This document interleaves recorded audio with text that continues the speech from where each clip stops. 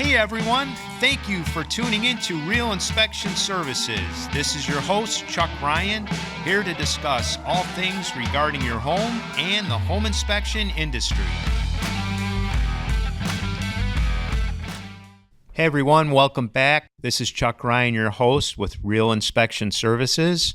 Last week we talked about how to become a home inspector, or what are the qualifications to become a home inspector. And I was on vacation last week, and one of the things I was thinking about and I realized is how difficult or the challenges someone that wants to become a home inspector today, with all the changes that are happening in the market, things that from the dynamics of working with realtors, how that is changed. And what I'm referring to is, as a home inspector, you want to start marketing yourselves. And one of the ways that I started marketing myself, I went outside the box a little bit. They always say to develop a relationship with a realtor. And back then, 28 years ago, what I realized is every other home inspector was doing that same thing. They were going to realtors, they were developing a relationship with them. And I'm not saying that's not important, but I wanted to do something that wasn't ordinary. So I started going to lenders. I started talking to real estate attorneys. I started talking to friends and family. I started talking to appraisers. I just started brainstorming. And the other thing I kind of came across, I was decluttering my house, and I came across a marketing piece that I used that worked really well. And basically, it was a marketing piece that gave the potential buyer 10 items to look for when they were looking at a home. And it was kind of cool. The way it worked is they would email me their information. I would send them and mail them out this pamphlet that was on a paper. It was called Goldenrod, and it had the tips on what they can look for when they were going through a home that kind of just prepared them, gave them some ideas. And it was a marketing piece that I used that worked for me, and it worked really well. And again, you could DM me if you want some more information on that. I'm happy to share that with you. What I was thinking about is the challenges of becoming a sole proprietor, a home inspector, challenges that we have today for an individual to become a home inspector, I think are a lot harder. What I mean by that is the dynamics of our industry has changed. We have now software that's more readily available. We have E&O insurance, general liability. The cost of living has gone up dramatically. So we have more challenges now than I did, at least when I got involved into the home inspection industry several years back. So a couple of things I was thinking of as what to prepare for this podcast for today. And one of the things I want to share with the new home inspectors that are coming into this industry is, do not sell yourself short. And what I mean by that is do not price yourself below your competition in order to get business. Because I can tell you firsthand, these are based on my opinion and the experience I have had over the last 29 years being in the industry. The first thing a home inspector is going to want to do is obviously market themselves. First thing that comes to their mind is how can I market myself to be competitive with all the other inspectors that have been in the industry a lot longer than me? And the first thing I can tell you is you're going to market yourself, and it's going to be focused on price. And I think that is so detrimental to you starting out in this profession as a sole proprietor that will be a crutch, and it will be something hard for you to overcome. The market that you are going to be a home inspector in, doesn't matter what state you're in, you want to see what your competition is charging. And your competition you want to look at is companies that have been involved in the industry for, let's just say, the last 5 to 10 years. 5 years might be a little bit harder because it takes at least 3 to 5 years for a sole proprietor to really start to generate enough revenue that they can make it a livelihood. And that's something you need to consider. You're not going to make $75,000 to $100,000 your first year into the business. The first year of your business is going to be marketing. First year of your business is be developing those relationships. And if you are going to focus on developing relationships with realtors, I do want to remind you, based on January 1st, 2024, the sellers now have more of an option to give the percentage directly to their selling agent. They do not have to work with a buyer's agent on that percentage. So the seller has more control. So if a buyer's agent comes in and they can't negotiate a deal with that seller's agent, chances are they're probably not going to want to work with the client for that particular property. So that's what I'm referring to. The dynamics have changed. You as a home inspector, you have to look outside of working with realtors. That cannot be your bread and butter. There has to be other avenues. Social media has just blown up that you have to develop yourself in that arena of social media. TikTok, YouTube. Again, you have to establish yourself in those areas, and you have to first establish yourself to know what you're talking about, to be that professional, to be that professional consultant. That takes time. One of the things that I was thinking of, especially for newer inspectors coming into the industry, and it's something that we work with all the new inspectors that come into our company, is we lay the groundwork for them. They start out, there's different levels that they start out at, and until they can get to the next level, they have to show that they understand where they're at in that first level, and then they can go to that second level. And these are things that they're evaluated on and that we evaluate them on before they can move to that next level. I would highly suggest that you may want to work with a company that's established. Get in with them. There's several great companies out there. You can work with these companies. Sometimes they'll make you sign that non-disclosure agreement. Trust me, those non-disclosure agreements really don't hold any water.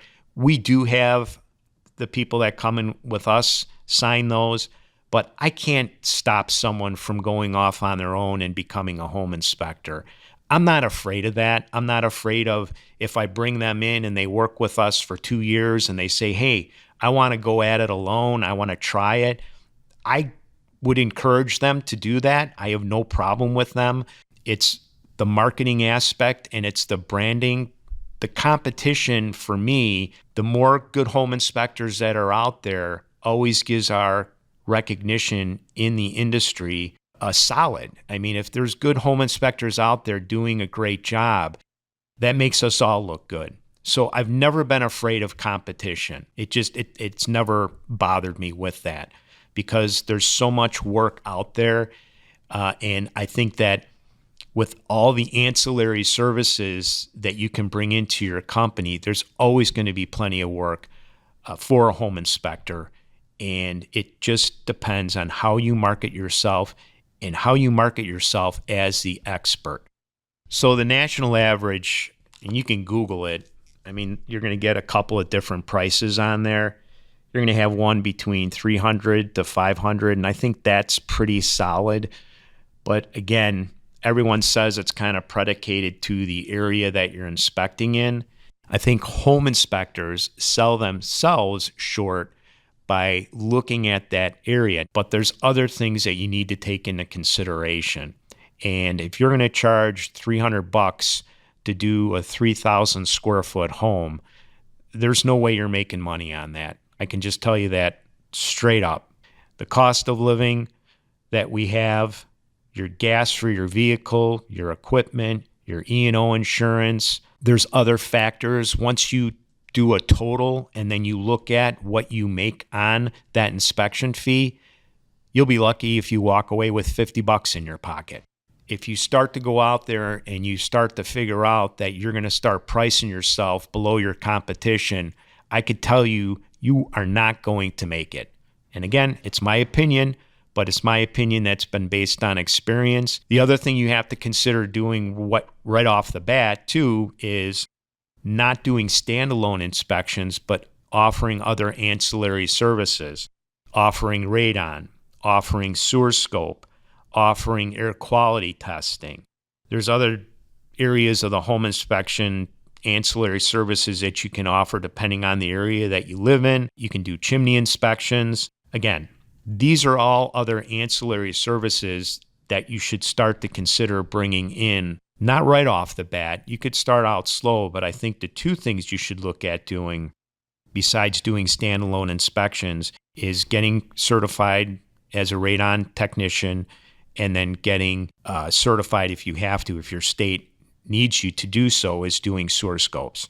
And that is something, again, that helps sustains things when they slow down, because we do standalone sewer scope inspections. Soon enough, we are going to be bringing in-house doing rotting for homes.